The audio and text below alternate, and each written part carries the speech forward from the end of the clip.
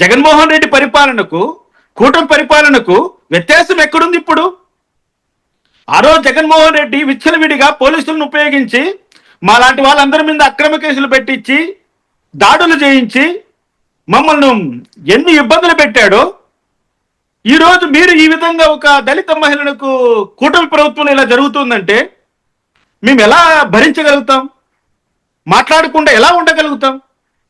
ఇది కరెక్ట్ కాదు కదా.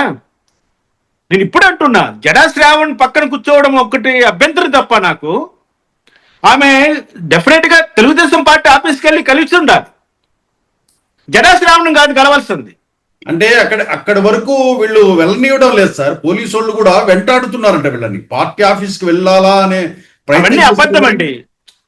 నేను చెప్తున్నాను, పోలీసులు వెంటాడుతున్నారు, మమ్మల్ని పార్టీ ఆఫీస్ వరకు వెళ్ళనీయలేదు, అదంతా అబద్ధం. రేపు రమ్మని చెప్పండి, నేను తీసుకెళ్తాను బాబు గారి దగ్గరికి రమ్మని చెప్పండి. ఎందుకు బాబు గారు ఎందుకు అవకాశం ఇవ్వరండి? ప్రజా దర్బార్ పెట్టారు కదండి. లోకేష్ గారు డే 1 నుంచి ప్రజా దర్బార్ పెట్టారు. జనసేన అధినేత పవన్ కళ్యాణ్ గారు వాళ్ళ ఆఫీసులో ప్రజా దర్బార్ పెట్టారు. తెలుగుదేశం ఆఫీసులో నిన్న మొన్న మొత్తం అంతా చంద్రబాబు నాయుడు గారు, లోకేష్ గారు అక్కడ కూర్చొని ప్రతి ఒక్కరిని మాట్లాడుతున్నారు. ఇవన్నీ మీ కళ్ళ కనపడట్లేదా? ఏ జరాశ్రవణ కళ్ళు మూసిపోయాయా? ఎలా అలా మాట్లాడుతుంది? నన్ను పార్టీ ఆఫీస్లో కూడా అడుగు పెట్టివ్వట్లేదని ఇన్ని కార్యక్రమాలు చేస్తుంటే ప్రతి ఒక్కరు పోయి న్యాయం కోసం అడుగుతుంటే న్యాయం చేస్తున్నాడు లోకేష్ గారు. నేను మా రాయలసీమ ఏరియాలో కొన్ని వందల మందికి నేను లోకేష్ గారి ద్వారా పనులు చేయించాను. వాళ్ళ అప్లికేషన్ని తీసుకెళ్లి లోకేష్ గారికి ఇచ్చాం. వాళ్ళు ప్రాసెస్ చేస్తున్నారు. ప్రతి కలెక్టరేట్లోనా, ప్రతి ఎస్పీ ఆఫీస్లోనా ఆయన స్వయంగా వాళ్ళ ఓఎస్డీ ద్వారా ఫోన్లు చేయించి ఒక పేషెంట్ పెట్టాడు ఆయన. మీకు తెలుసా, లోకేష్ గారు ఒక పేషెంట్ పెట్టి కొంతమంది అక్కడ పనిచేస్తున్నారు ఈ కంప్లైంట్లు విచారణ చేయడం కోసం.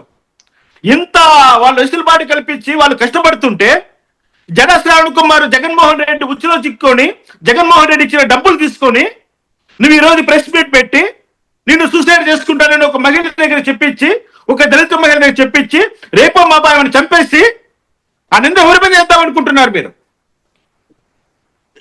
ఏమంటారు లలిత్ గారు? ఇది కరెక్టా? అనవసరంగా కూటమి ప్రభుత్వం మీద నిందలేయడం కరెక్ట్ కాదు. జగన్మోహన్ రెడ్డి చేసిన కుట్రల్లో ఇది ఒక భాగం.